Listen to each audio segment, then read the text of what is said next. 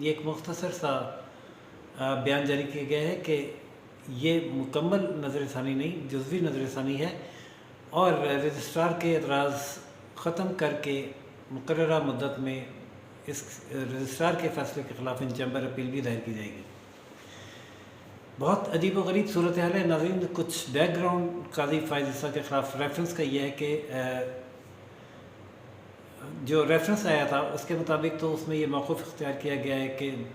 Lady قاضی فائز عیسیٰ کی برطانیہ میں کچھ جائیداد ہے، اور جو ان کے نون سورس آف انکم سے اس کی مالیت بہت زیادہ ہے اور اس کا منی ٹریل معلوم نہیں، اور یہ جائیداد جسٹس قاضی فائز عیسیٰ نے اپنے گوشواروں میں شو نہیں کی، لہذا وہ مس کنڈکٹ کے مرتکب ہوئے ہیں۔ لیکن یہ ریفرنس اس ٹائمنگ کے حوالے سے دیکھا جائے تو اس فیصلے کے بعد آیا جو جسٹس قاضی فائز عیسیٰ نے فیض آباد دھرنے کے حوالے سے دیا تھا، جس میں انہوں نے یہ کہا تھا کہ یہ دھرنے کی اسپانسرنگ جو ہے یہ اسپانسرشپ بند کی جائے، اس کی تحقیق کی جائے کہ کہاں سے ہوئی، کس نے اس کو فنڈ کیا، کون اس کو کھانا دیتا رہا، کون اس کے پیچھے تھا، ہزار کے نوٹ کس نے بانٹے اور کیوں بانٹے، ان کے خلاف کارروائی کی جائے۔ تو ناظرین، عام تاثر یہی تھا کہ جو سخت فیصلہ قاضی فائز عیسیٰ نے فیض آباد دھرنا کیس میں دیا ہے اس کی سزا کے طور پر یہ ریفرنس دائر ہوا، جس میں جسٹس قاضی فائز عیسیٰ نے یہ ثابت کیا یا کرنے کی کوشش کی کہ جو لنڈن کی پراپرٹی ہے اس سے ان کا کوئی تعلق نہیں، وہ ان کی بیوی اور بیٹے کی انڈیپینڈنٹ ملکیت ہے جو انہوں نے اپنے پیسوں سے لنڈن میں بنائی۔ تو اس پہ اگر کوئی ٹیکس کا معاملہ ہے تو وہ ایک ریگولیرٹی عدالت نے کہا کہ ہو سکتی ہے، جس کو ایف بی آر دیکھ کے جیسے علیمہ خان کی اربوں کی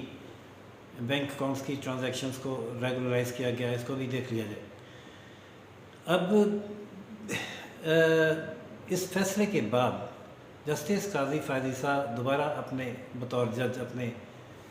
عہدے پر بظاہر کام کر رہے ہیں اور مختلف مقدمات کی سماعت بھی کر رہے ہیں۔ مسئلہ یہ ہے کہ جسٹس قاضی فائز عیسیٰ 2023 میں چیف جسٹس ہوں گے، اور یہ وہ سال ہوگا جب موصوف وزیر اعظم عمران خان صاحب کی حکومت کا اختتام ہوگا اور نیا الیکشن ہو رہا ہوگا۔ غالب گمان یہ ہے کہ حکومت نہیں چاہتی کہ اس سال جب وہ الیکشن ایئر ہو جسٹس قاضی فائز عیسیٰ اس وقت چیف جسٹس ہوں، کیونکہ ان کا بڑا سخت سٹینس ہے قانون کے حوالے سے، آئین کے حوالے سے اور اصولوں کے حوالے سے۔ وہ کوئی روح رعایت برتنے کے قائل نہیں ہے، جس سے حکومت اور بہت سے کچھ اور ادارے بھی سخت خائف ہیں، اور وہ کسی بھی طرح کوشاں ہیں کہ جسٹس قاضی فائز عیسیٰ کو سپریم کورٹ سے چلتا کیا جائے۔ یہ جو ریفرنس ہے اس کی، جو اس کو میڈیسن لا قرار دیا گیا، وہ اس کی وجہ بھی یہ تھی کہ ایک غیر قانونی طریقے سے دی گئی انفارمیشن کو بیس بنا کر اس پر ایک الگ سے ایسا تحقیقاتی ادارہ بنا کے کچھ ڈاکومنٹس اور شواہد اکٹھی کرنے کی کوشش کی گئی، جس کی ججز کے معاملے میں قانون اجازت نہیں دیتا۔ ججز کے خلاف تحقیقات کا اختیار صرف سپریم جوڈیشل کونسل کو یا اس کے حکم کے تحت دیے گئے کسی ادارے کے اختیار کے تحت ہی تحقیقات کی جا سکتی ہیں، اور اسی انفارمیشن کو بیس بنا کر جج کے خلاف کارروائی ہو سکتی ہے۔ تو ناظرین، کیس جب نظر ثانی کا فیصلہ بھی آ گیا اور ختم ہو گیا اور سب مطمئن ہو گئے کہ اب یہ کیس ختم ہے، تو حکومت کی جانب سے یہ ایک نئی درخواست کیوریٹو ریویو کیا گئی ہے، جس پر بڑے سخت حیرت کا اظہار تو ہم نے کیا ہی ہے کہ پہلی دفعہ، مطلب میں خود 30 سال سے سپریم کورٹ کور کر رہا ہوں، اور جو بڑے، ہم تو خیر جرنلسٹ ہیں اور میں لاء کا طالب علم بھی ہوں، میں نے کبھی نہیں سنا کہ نظر ثانی کی درخواست پر نظر ثانی آتی ہو، نظر ثانی کے فیصلے کے بعد اس پر نظر ثانی کی درخواست کبھی کوئی پاکستان میں، دنیا میں کہیں آئی ہو، اور نہ ہی وکلا کے ذہن میں ایسا کوئی کنسیپٹ ہے۔ میں نے رابطہ کیا x president supreme court bar, اور ان کا تعلق بلوچستان سے بھی ہے، امان اللہ کنرانی، ان سے پوچھا کہ کیا ایسی کوئی مثال پائی جاتی ہے؟ انہوں نے کہا کہ بالکل، یہ جو لفظ استعمال کیا انہوں نے کہا یہ کوئی قانونی کارروائی نہیں، یہ میری بدماشی ہے، کیونکہ قانون میں اس قسم کی، نہ آئین میں، نہ قانون میں، دنیا کے کسی کام میں، نہ قانون میں نہ کوئی گنجائش ہے، نہ اس کا کوئی پریسیڈنٹ ہے۔ اور انہوں نے یہاں تک کہا کہ یہ کارروائی حکومت اپنی خفت مٹانے کے لیے اور اپنی شکست تسلیم نہ کرنے کے لیے کر رہی ہے، جس کا مقصد صرف اور صرف بلوچستان کو اس کے ایک آئینی عہدے کے حق سے محروم کرنا ہے، اور حکومت کی اس مذموم کوشش کی وکلا برادری خاص طور پر سپریم کورٹ بار اور بلوچستان بار بھرپور مخالفت اور مزاحمت کرے گی۔ امان اللہ کنڈرانی کا کہنا تھا، انہوں نے یہاں تک کہا کہ ماضی میں نواز شریف سابق وزیر اعظم نواز شریف اور سابق وزیر اعظم بے نظیر کی حکومت ایک بار اس بنیاد پر بھی برطرف کی گئی، یعنی ان کی حکومتوں کی برطرفی کی ایک وجہ یہ بھی قرار دی گئی کہ وہ ججز کے فون ٹریپ کرتے تھے اور ان کی حکومتیں ججز کی جاسوسی کر رہی تھیں۔ ان کا کہنا تھا کہ اس کیس میں جسٹس قاضی فائز عیسیٰ کی، یعنی کہ ایک جج کی اور جاسوسی کیا جانا ثابت ہو چکا ہے، اور وہ بھی غیر قانونی طریقے سے ایک ایسے ادارے کے ذریعے جس کو یہ اختیار ہی نہیں۔ تو انہوں نے استدعا کی ہے، ابھی تحریر درخواست تو کوئی نہیں کی، لیکن انہوں نے یہ مطالبہ کیا ہے کہ عدالت جاسوسی کے الزام میں اس حکومت کو برطرف کرے، اور شہزاد اکبر جو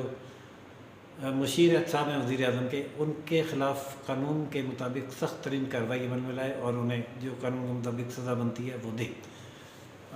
ناظرین، دیکھتے ہیں کہ کیا حکومت اب اس معاملے کو آگے اور چلاتی ہے،